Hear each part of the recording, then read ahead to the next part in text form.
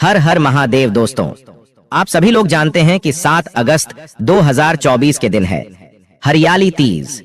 अब दोस्तों, हरियाली तीज का जो दिन होता है ना, इस सावन के महीने में इसका बहुत ही बड़ा और विशेष महत्व होता है, क्योंकि ये जो दिन होता है ये भगवान शिव और माता पार्वती जी से जुड़ा हुआ दिन होता है। और इस दिन जब आप लोग एक लाल फूल और एक सफेद फूल वाला उपाय करते हो तो भाई आपके जीवन में आपकी जो भी मनोकामना होती है, जो कि लंबे समय से पूर्ण नहीं हो रही होती है, जिसके लिए आपने बहुत सारे प्रयास कर लिए होते हैं, जैसे कि उपाय कर लिए होते हैं, व्रत कर लिए होते हैं, पर जब भी आपकी कोई विषम परिस्थिति वाली जो मनोकामना है वो पूर्ण नहीं हो रही होती है, तो उस जगह पर दोस्तों ये हरियाली तीज का दिन आता है। मतलब सावन के महीने का वो विशेष दिन आता है, जिस विशेष दिन पर अगर आप लोग एक लाल फूल और एक सफेद फूल वाला उपाय कर लेते हो तो भाई आपकी जो मनोकामना है वो पूर्ण होनी ही होनी है। पर उसके लिए दोस्तों पहले आप लोगों को ये एक लाल फूल और एक सफेद फूल वाला उपाय अच्छे से समझना पड़ेगा, उसके बाद करना पड़ेगा, तब लोगों को जाकर इस उपाय का फल मिलेगा।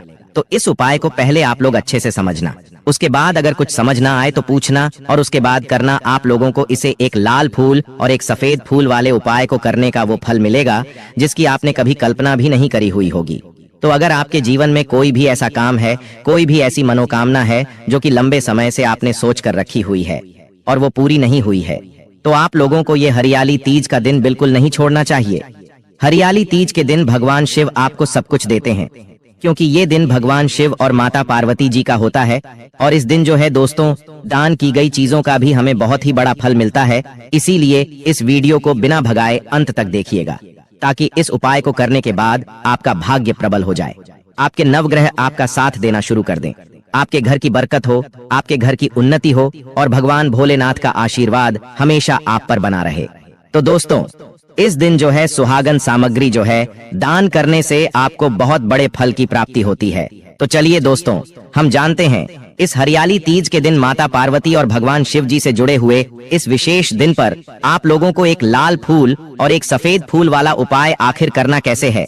तो देखो, एक लाल फूल और एक सफेद फूल वाले उपाय को आप लोगों को हरियाली तीज के दिन कैसे करना है, किसको करना है, समय करना है, कहां पर करना है, ये सारी जानकारी भी आप लोगों को जानना बहुत ज्यादा जरूरी है। तो पहले हम लोग ये सारी जानकारी जानते हैं। तो देखो, एक लाल फूल और एक सफेद फूल वाले उपाय को जो आप लोगों को करना है वो किस दिन करना है? हरियाली तीज के दिन करना है, जो कि किस दिन पड़ रही है? 7 अगस्त 2024 के दिन पड़ रही है।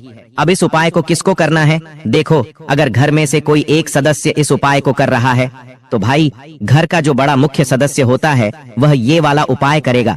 ये जिसकी अगर कोई मनोकामना है, घर में जो बड़ा सदस्य है भाई उसकी मनोकामना है, तो और अगर वो अपने लिए सिर्फ ये उपाय कर रहा है तो भाई वो अपने लिए सिर्फ ये उपाय कर सकता है। और अगर घर का कोई ऐसा सदस्य जो कि अपने पूरे घर परिवार की सुख और शांति के लिए ये वाला उपाय करना चाहता है तो फिर वहीं वो घर का बड़ा सदस्य कोई कर सकता है। विशेष रूप से अगर कोई ये वाला उपाय करेगा तो वो घर की बड़ी माताओं बहनों में से कोई भी एक माता बहन इस वाले उपाय को कर सकती हो कि जब भी घर की बड़ी माताएं बहनें कोई भी उपाय करती हैं तो उस उपाय का जो फल है वो आप लोगों को बहुत जल्दी और बहुत बड़ा होकर मिलता है। तो उसके बाद में दोस्तों, अब आप लोगों को इस उपाय को करना किस समय है? तो देखो, इस उपाय को करने का विशेष रूप से आपके पास एक समय है, पर इस उपाय को आप 2 समय पर कर सकते हैं। मतलब एक तो सुबह का समय है और एक शाम का समय है, प्रदोष काल का समय है। देखो, सावन के महीने में हरियाली तीज पड़ती है और के महीने का तो होता ही भगवान शिव जी का पूरा महीना बहुत प्रिय है और हर समय भी बहुत प्रिय होता है। पर इस वाले उपाय को आप मुख्य रूप से सुबह के समय करेंगे तो भी चल जाएगा, शाम के समय प्रदोष काल में करेंगे तो भी चल जाएगा, पर सावन के महीने में सुबह के समय का विशेष महत्व होता है। तो भाई सुबह के समय अगर आप लोग इस फूल और एक सफेद फूल वाले उपाय को करेंगे तो ज्यादा बेहतर होगा। बाकी शाम के समय करेंगे तो भी कोई दिक्कत वाली बात नहीं है। कोई अगर सुबह ना कर पाया हो तो वो शाम के समय को उग्र उपाय करेगा तो भी उसको उपाय का फल जरूर मिलेगा। उसके बाद में दोस्तों से एक लाल फूल सफेद फूल वाले उपाय को आपको करना कहाँ पर है? तो देखो, ये वाले उपाय को जो है ना आपको अपने ही घर के पास में जो शिव मंदिर हो वहां पर जाकर करना है। ये वाला उपाय आप अपने घर पर नहीं कर सकते, इस बात का ध्यान रखना है, क्योंकि जब भी हम कोई ऐसा उपाय बताते हैं आप लोगों के अक्सर ऐसे कमेंट्स आते हैं, क्या ये वाला उपाय हम अपने घर पर कर सकते हैं? तो नहीं, ये वाला उपाय आप अपने घर पर नहीं कर सकते। ये उपाय आपको भगवान शिव जी के मंदिर में शिवलिंग के पास में जाकर ही करना पड़ेगा। ठीक है, समझ गए आप लोग इस बात को? अब हम लोग जानते हैं उपाय आगे आपको क्या करना है। तो देखो, उपाय आप चाहे सुबह कर रहे हो चाहे शाम को कर रहे हो, सिर्फ और सिर्फ उपाय की सामग्री लेकर नहीं जाना है। उपाय के साथ में आप लोगों को कुछ पूजन सामग्री भी लेकर जाना है।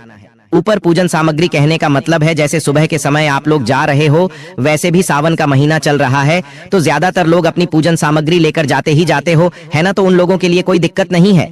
पर जो लोग प्रतिदिन मंदिर नहीं जाते और वो लोग ये उपाय कर रहे हैं तो वो अपने आप अपने पास में कम से कम 1 लोटा जल जरूर लेकर जाए। अगर वो सुबह के समय ये वाला उपाय कर रहे हैं, जल के साथ में जो भी आपकी पूजन सामग्री है सारी चीजें लेकर जा सकते हो, क्योंकि ये वाला उपाय हमें कब करना है, जब हम भगवान शिव जी की थोड़ी बहुत पूजन अर्चना कर लें। वहीं अगर आप इस उपाय को शाम के समय या प्रदोष काल में कर रहे हो तो उस समय आपको एक गोल बाती का शुद्ध देसी गाय के घी का दीपक लेकर जाना पड़ेगा, जो कि कब आपको जलाना है, भगवान शिव जी के मंदिर में शाम के समय प्रदोष काल में जाकर जलाना है। जब आप लोग इस उपाय को कर रहे हो तो ये बात समझ गए, चाहे आप सुबह उपाय करो चाहे शाम को करो, पर कुछ ना कुछ पूजन सामग्री शिव जी पर चढ़ाने के लिए जरूर लेकर जाना है। हम कहीं पर जाते हैं तो हम खाली हाथ नहीं जाते हैं, ना विशेष रूप से भगवान शिव जी के मंदिर जाते हैं तो खाली हाथ नहीं जाते हैं। उसी तरीके से दोस्तों, हम जब भी कोई उपाय करने के लिए जाते हैं तो इस बात का ध्यान रखना कि कभी भी हमें भगवान शिव जी के सामने ये नहीं दर्शाना है कि हम अगर आपके पास आए तो सिर्फ अपने फायदे के लिए आए हैं। इसलिए अपने साथ में पूजन सामग्री जरूर लेकर आना, जिससे कि ऐसा भाव प्रकट नहीं होता है। दोस्तों, अब हम उपाय की सामग्री को यहाँ पर जान लेते हैं। जैसे कि उपाय के नाम में आपको समझ आ रहा होगा, एक लाल फूल और एक सफेद फूल वाला ये उपाय है। पर इस सिर्फ एक लाल फूल सफेद फूल नहीं चाहिए, इसमें हमें 2 चीजों की और आवश्यकता यहाँ पर पड़ने वाली है। इस उपाय को जो सामग्री है वो सबसे पहले है एक लाल फूल। अब लाल फूल कौन सा लोगे? देखो, शिवलिंग पर चढ़ने वाले बहुत तरह के लाल फूल होते हैं, है ना। सबसे प्रमुख जो लाल फूल है वो गुलाब का फूल है ना। आप चाहो तो एक गुलाब का फूल ले सकते हो, या इसके अलावा जो शिवलिंग पर चढ़ता हो इनमें से कोई भी एक लाल फूल आप लोग ले सकते हैं। हम उदाहरण के लिए इसे मान लेते हैं, हमने एक गुलाब का एक लाल फूल ले लिया, तो आप लोगों को सबसे पहले एक लाल फूल ले लेना है। बाद में लेना है आपको एक सफेद फूल। कौन सा? सफेद फूल। जो सफेद फूल शिवलिंग पर चढ़ता हो उनमें से कोई भी एक सफेद फूल आप लोग ले लेना। उसके बाद में दोस्तों, अब आप लोगों को जो तीसरी चीज लेनी है वो है बेलपत्री।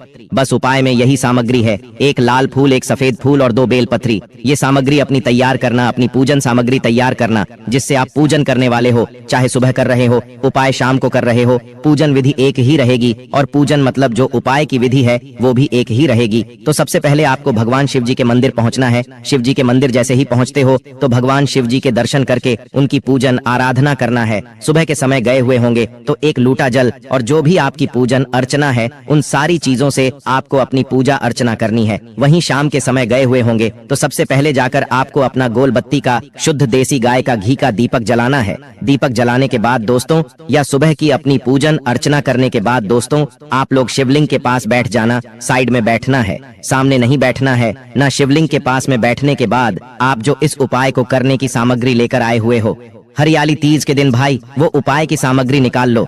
जैसे कि एक लाल फूल, एक सफेद फूल और 2 बेलपत्र, है ना।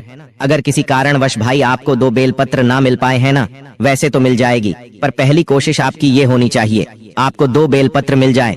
पर किसी कारणवश अगर आपको 2 बेलपत्र ना मिल पाए तो उस जगह पर आप लोग शिवलिंग पर सही 2 बेलपत्र उठा लेना। पर जो 2 बेलपत्र उठाओगे पहले आप लोग को उन्हें धोना, मतलब थोड़े जल से लेना। उसके बाद ही मैं अपने उपाय में प्रयोग करना, क्योंकि कई सारे लोग पूछते हैं कि अगर हमें बेलपत्र ना मिले तो हम क्या करें। फूल तो मिल जाएंगे पर बेलपत्र ना मिले तो आप ये कर सकते हो, पर मुख्य रूप से पहले आपको खुद से बेलपत्र ढूंढनी होगी। अगर ना मिले तो फिर उस जगह पर आप फिर शिवलिंग के ऊपर से ही बेलपत्र उठाकर धोकर उपाय में प्रयोग कर सकते हो। तो करना क्या है, देखो, अपने सामने सबसे पहले कुछ ऐसी चीज रखो जिसके ऊपर आप लोग अपनी जो भी उपाय की सामग्री है वो रख सको। जमीन पर मत रखना। तो करना क्या है, सबसे पहले आप लोग अपनी एक बेलपत्र अलग अलग रखो। उपाय को करने का ये तरीका है, तो एक बेलपत्र आप लोग अपनी अलग अलग रखो, है ना। 2 बेलपत्र आपके पास है तो एक बेलपत्र अलग अलग रख दो। उसके बाद में एक बेलपत्र के ऊपर तो आप लोग रखो लाल फूल और एक बेलपत्र के ऊपर आप लोग रखो सफेद फूल। क्या हो गया, आप हमारी अब हमारी एक बेलपत्र लाल फूल वाली हो गई, एक बेलपत्र हो गई सफेद फूल वाली, है ना। तो अब ध्यान से सुनना, हम आपको क्या बता रहे हैं। देखो, लाल फूल वाली जो बेलपत्र है वो बेलपत्र और लाल फूल एक साथ आपको समर्पित करना है, और जो सफेद फूल वाली बेलपत्र है मतलब बेलपत्र को फूल वो एक साथ आपको समर्पित करना है। अब ये दोनों चीजें अलग अलग नहीं है, अब ये एक हो चुकी है। जब हम आपसे लाल फूल वाली बेलपत्र चढ़ाने के लिए बोलेंगे तो आपको लाल फूल और वह बेलपत्र एक साथ चढ़ानी है, और जब आप उसे सफेद फूल वाली बेलपत्र चढ़ाने के लिए बोलेंगे तो आपको सफेद फूल और बेलपत्र एक साथ चढ़ानी है।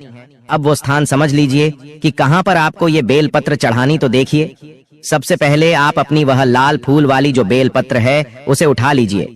बेलपत्र जिस तरीके से हम शिवलिंग पर चढ़ाते हैं वैसे ही चढ़ाना है, अलग तरीके से नहीं चढ़ाना है।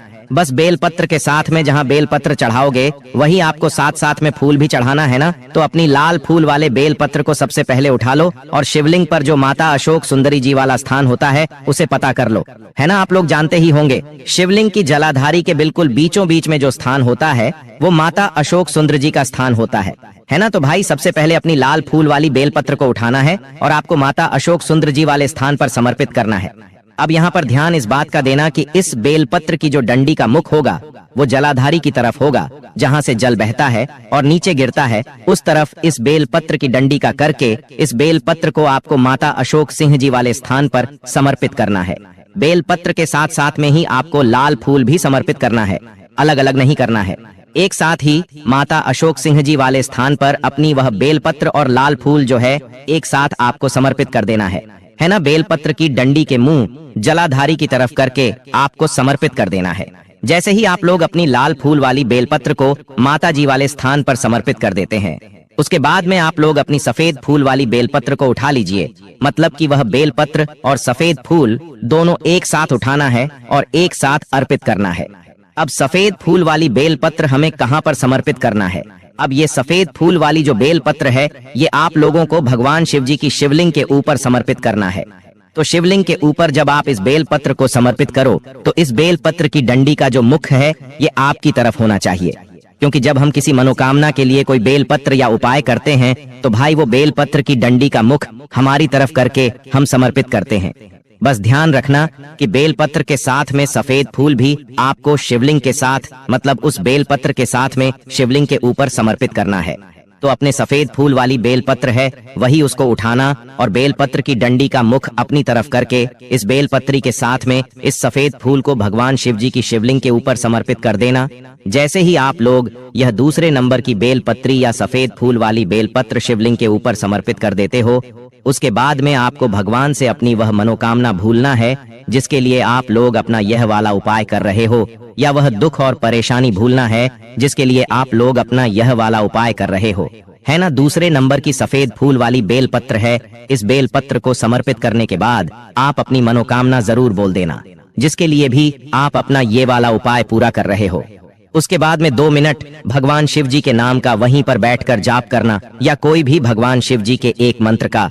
उसके बाद में आप लोगों को अपना ये वाला उपाय पूरा हो जाता है। इस उपाय करने में अगर आपको कोई भी दिक्कत, समस्या, परेशानी आती है तो उसमें हमसे कमेंट करके पूछ सकते हैं, क्योंकि दोस्तों हरियाली तीज का दिन बार बार नहीं आता है। सावन के महीने में हरियाली तीज का दिन बहुत ही विशेष माना जाता है, इसलिए आप लोगों को इस एक लाल फूल और एक सफेद फूल वाले उपाय को इस हरियाली तीज के दिन जरूर करना चाहिए। बाकी दोस्तों अगर इस उपाय को करने में आपको कोई भी दिक्कत, समस्या, परेशानी आती है तो उसे आप हमसे कमेंट करके पूछ सकते हैं।